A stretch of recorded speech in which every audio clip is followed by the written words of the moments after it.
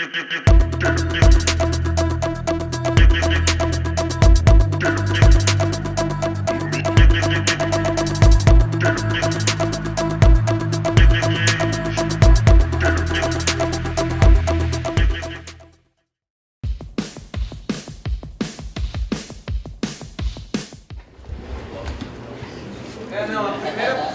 do boa tarde, a primeira piada é eu de pé no tamanho do Valdomiro. Mas enfim, gente, boa tarde.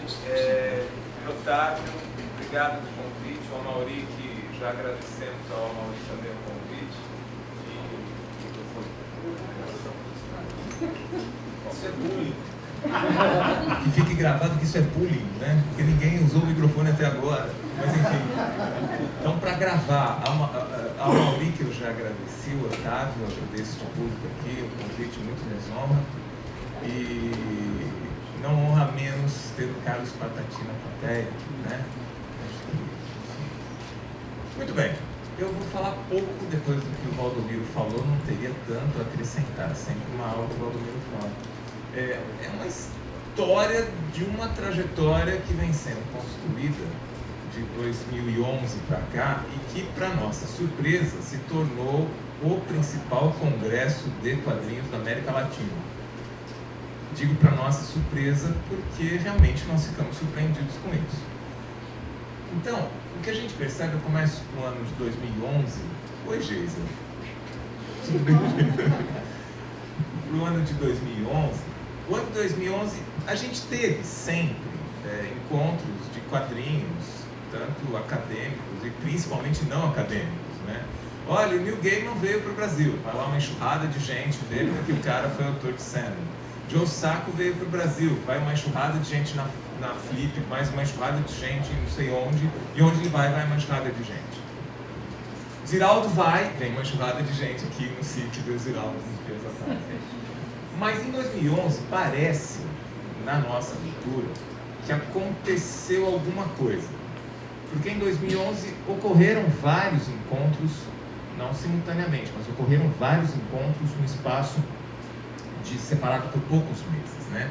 A Geisa está aqui, pode dizer melhor, testemunha em loco, que ela que organizou essa mesa, mas na ANPU, que é a Associação Nacional de Professores de História, em julho na Universidade de São Paulo, aconteceu o 26º Simpósio Nacional da ANPU e tinha uma mesa de quadrinhos coordenada pela Geisa, né?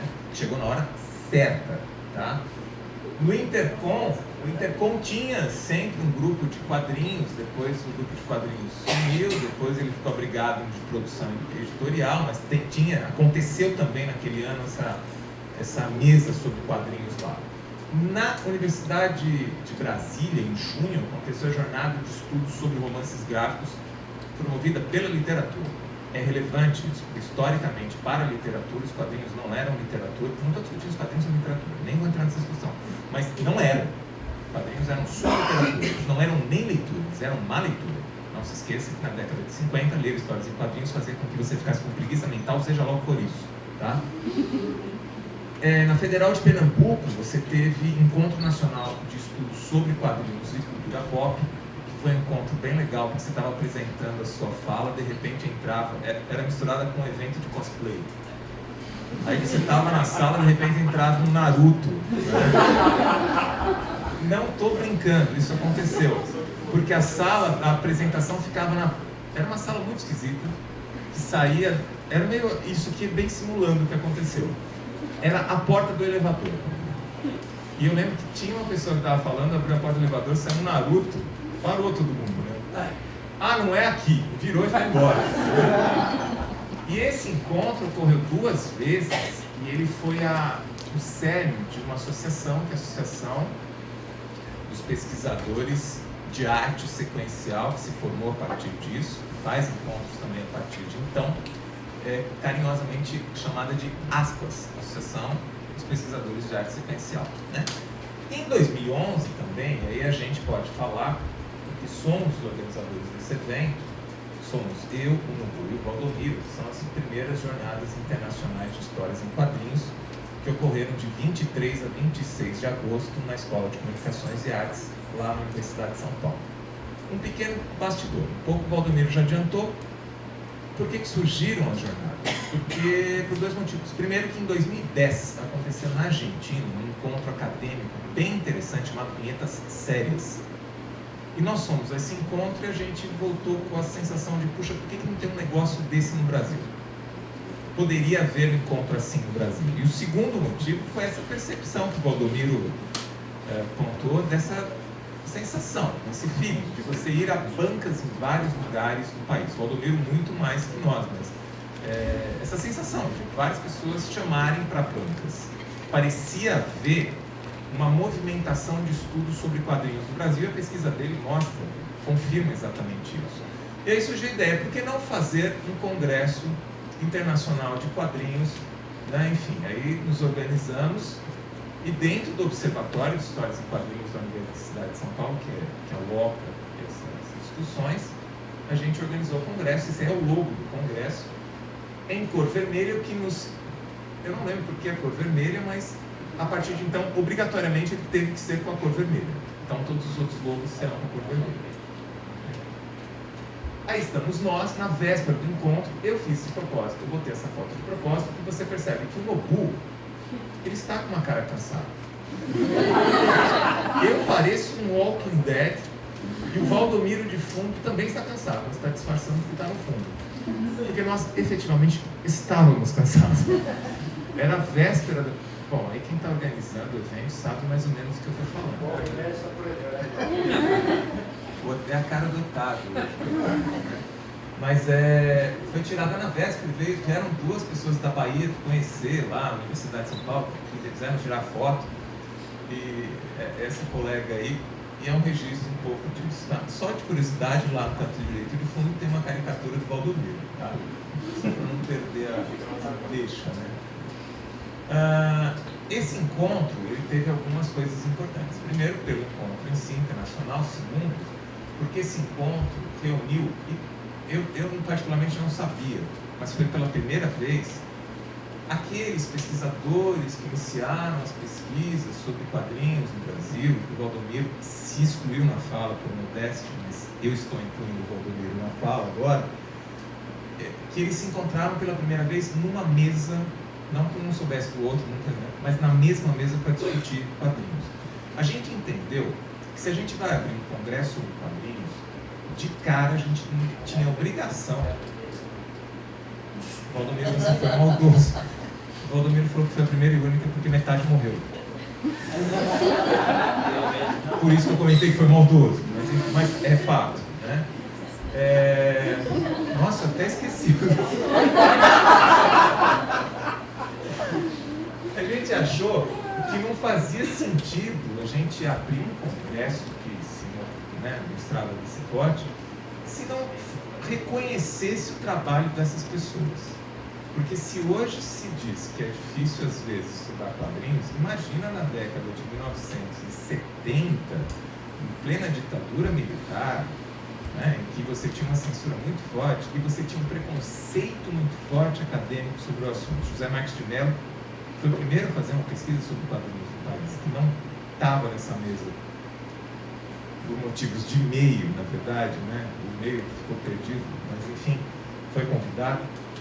Marques de Mello comentava que ele ouvia, no começo da década de 1970, na Universidade de São Paulo, que por mexer com quadrinhos ele estudava o lixo cultural.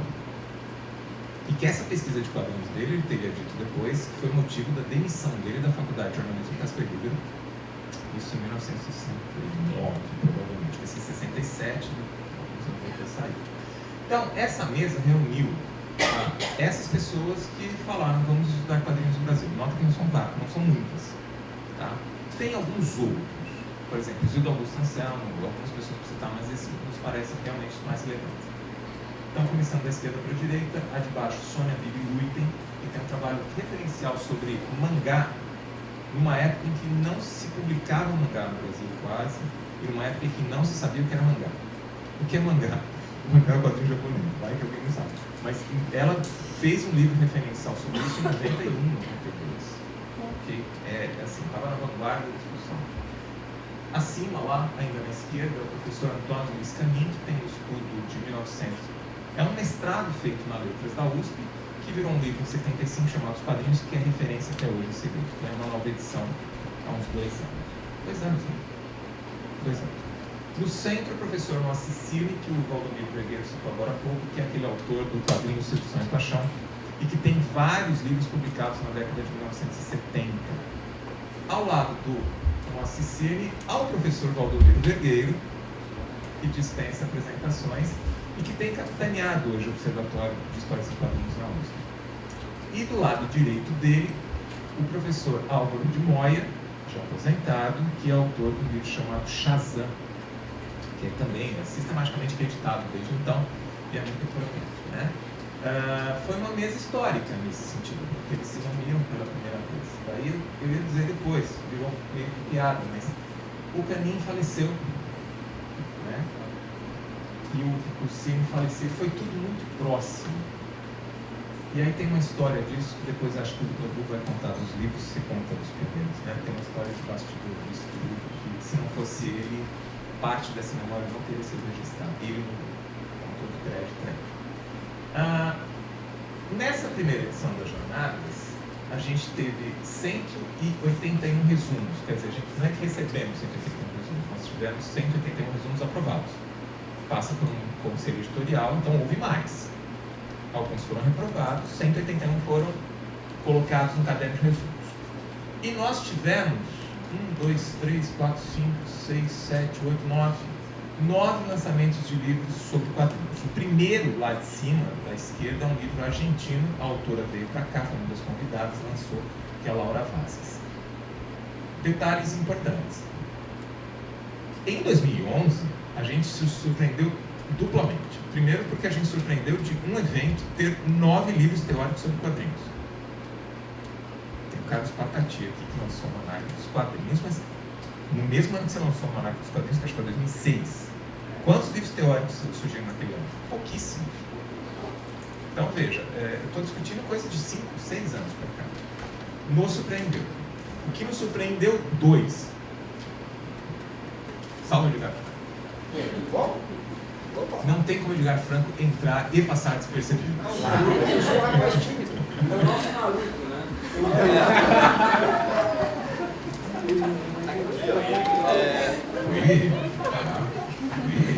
O Fábio foi chocado.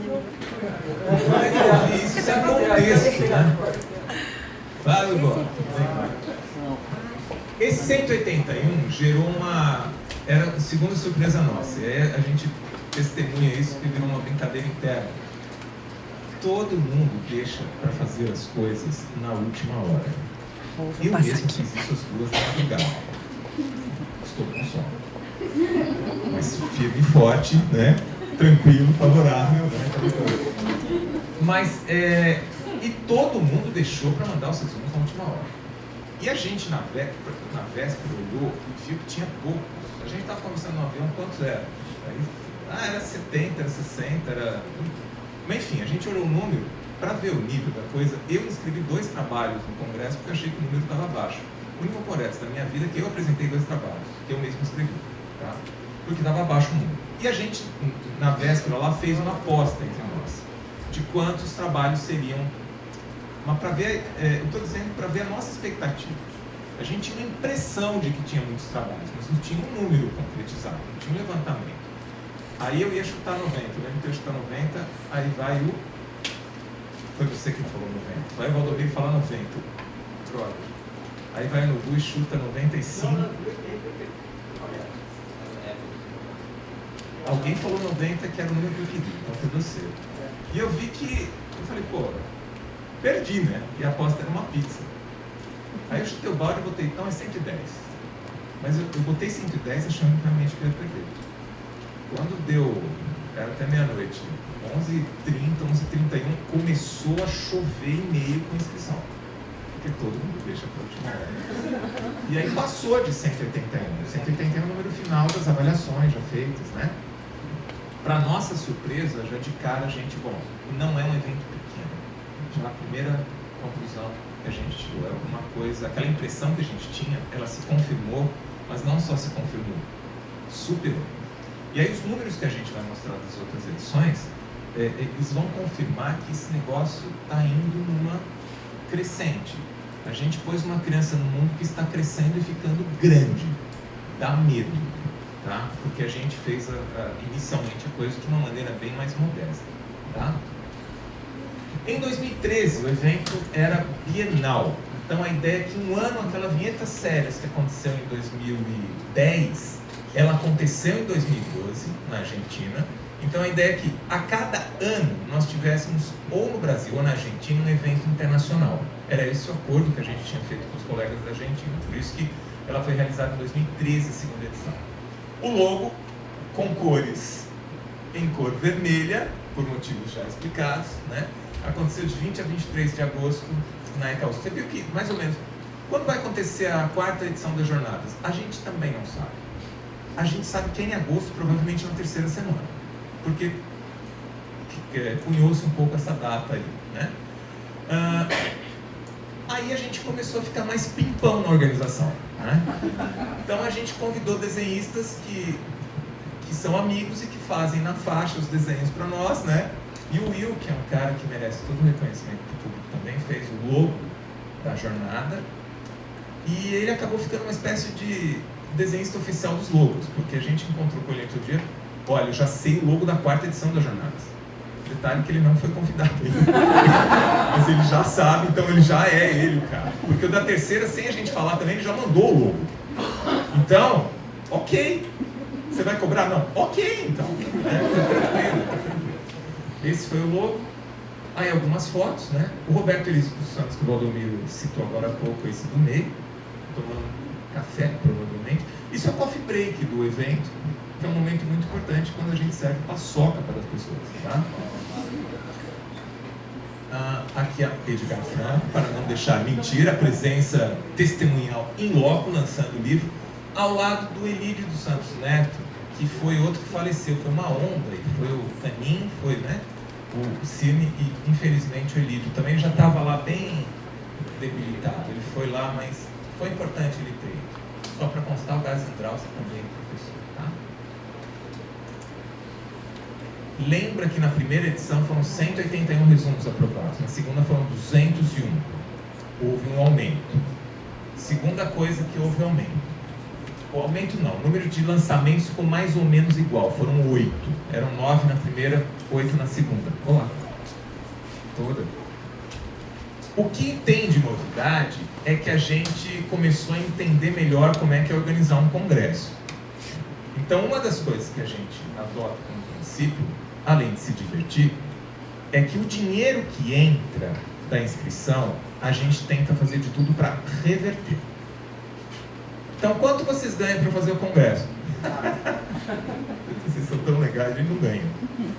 Pelo contrário, a gente paga, às vezes, do bolso. Então, a gente conseguiu algumas parcerias, uma delas com a Editora Criativa lá de São Paulo, em que eles bancam o livro, ou a gente abre mão de direito autoral, ou a gente tenta fazer algum jeito de viabilizar o livro. E, às vezes, a gente usa verba do congresso para bancar o livro. E o cara, quando vai ao congresso, ele ganha o livro. Isso é uma forma de ele pagar a inscrição, mas voltar para ele de alguma forma.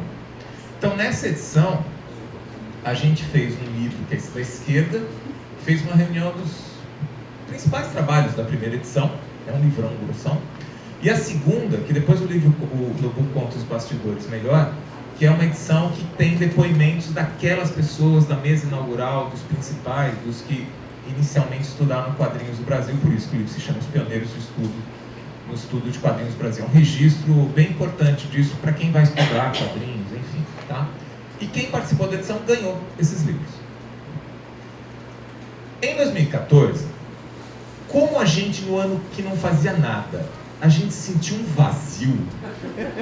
A gente estava no almoço tentando discutir por que a gente criou a jornada temática. Porque a gente entendeu que tinha um vazio muito longo entre uma edição e outra.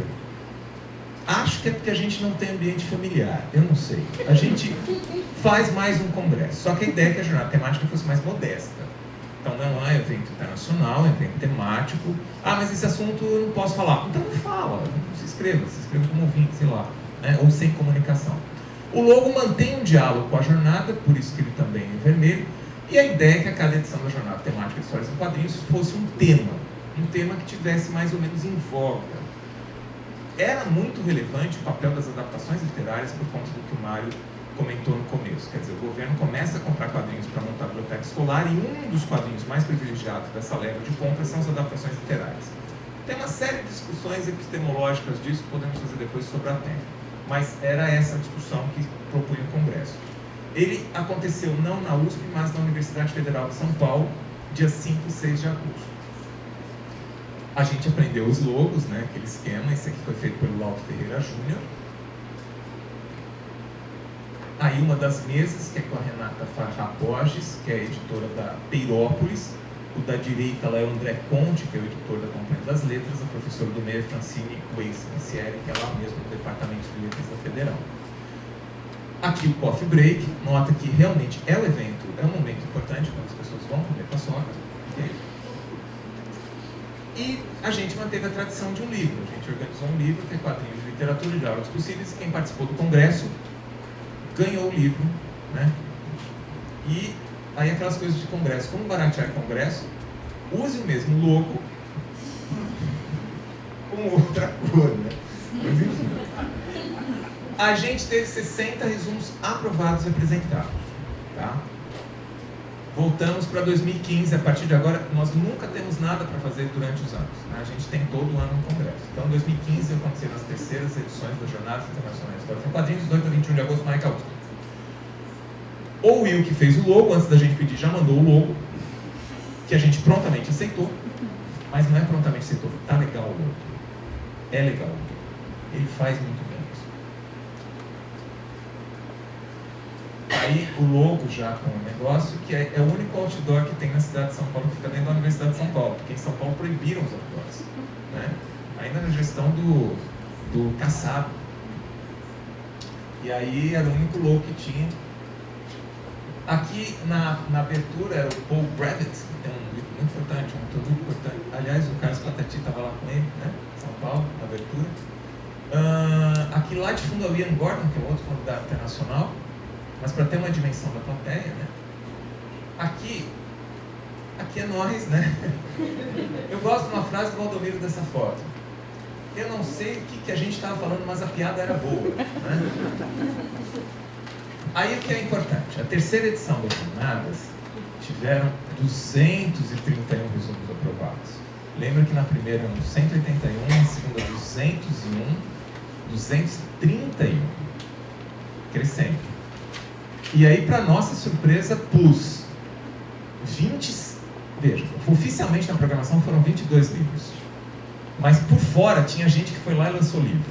Então, esse 25 tem margem de erro de 1 ou 2 para baixo ou para menos. Eu botei 25 por via das dúvidas. Mas mesmo que fossem 22, foi mais. Nunca antes na história deste país você teve 22 livros teóricos sobre quadrinhos lançados no mesmo evento. Nunca. Se você for fazer discussão fora do meio acadêmico, nunca também você teve tanto quadrinho independente lançado no ano 2015 como foi no Festival Internacional de Quadrinhos de Belo Horizonte, que chegou a 235 lançamentos independentes feitos só para aquele evento. Então nota que é um comportamento que não é só no acadêmico, tem diferentes frentes. Não é por acaso que você tem bancas aqui com quadrinho independente na feira, né? Tem um momento disso.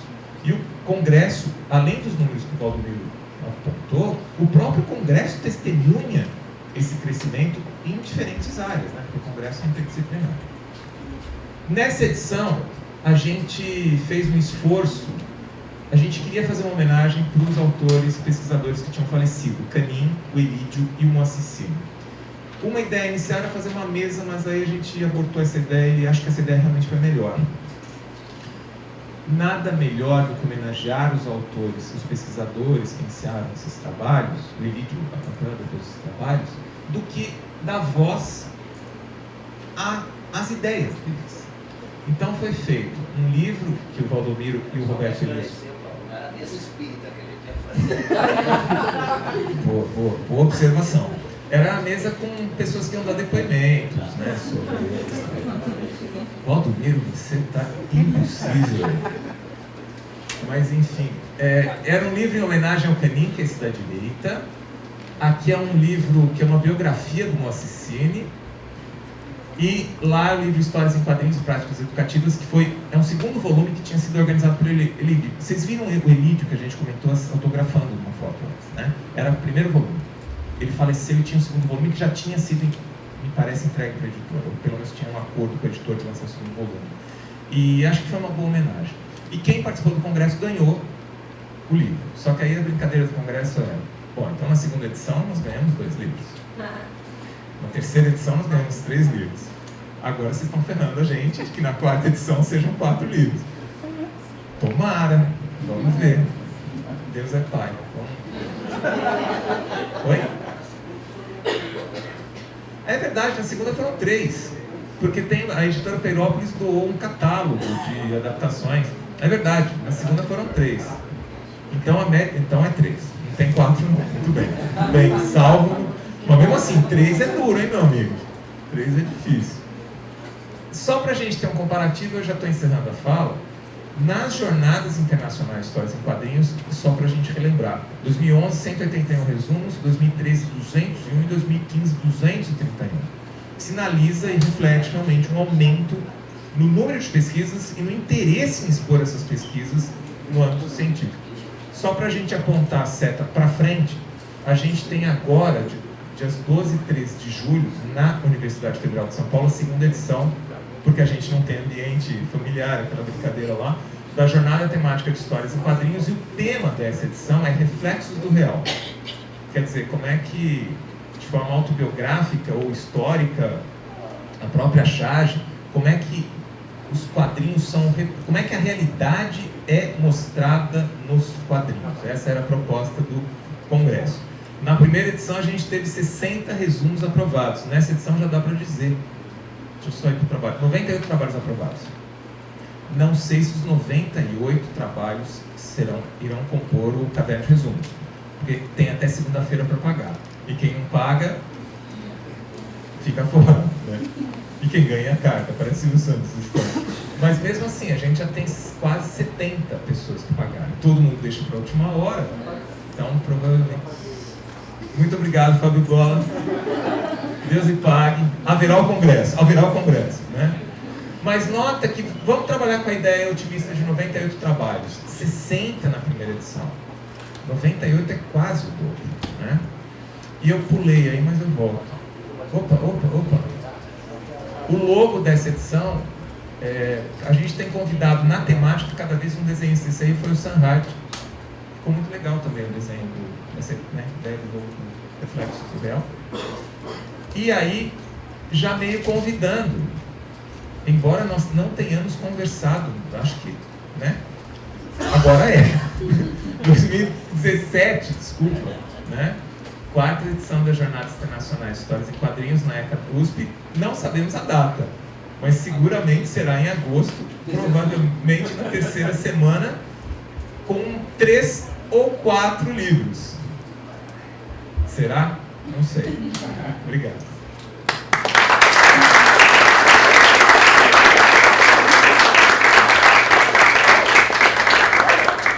A paçoca, com certeza. Fala que tá todo mundo convidado. Fala que tá todo mundo convidado, quem quiser.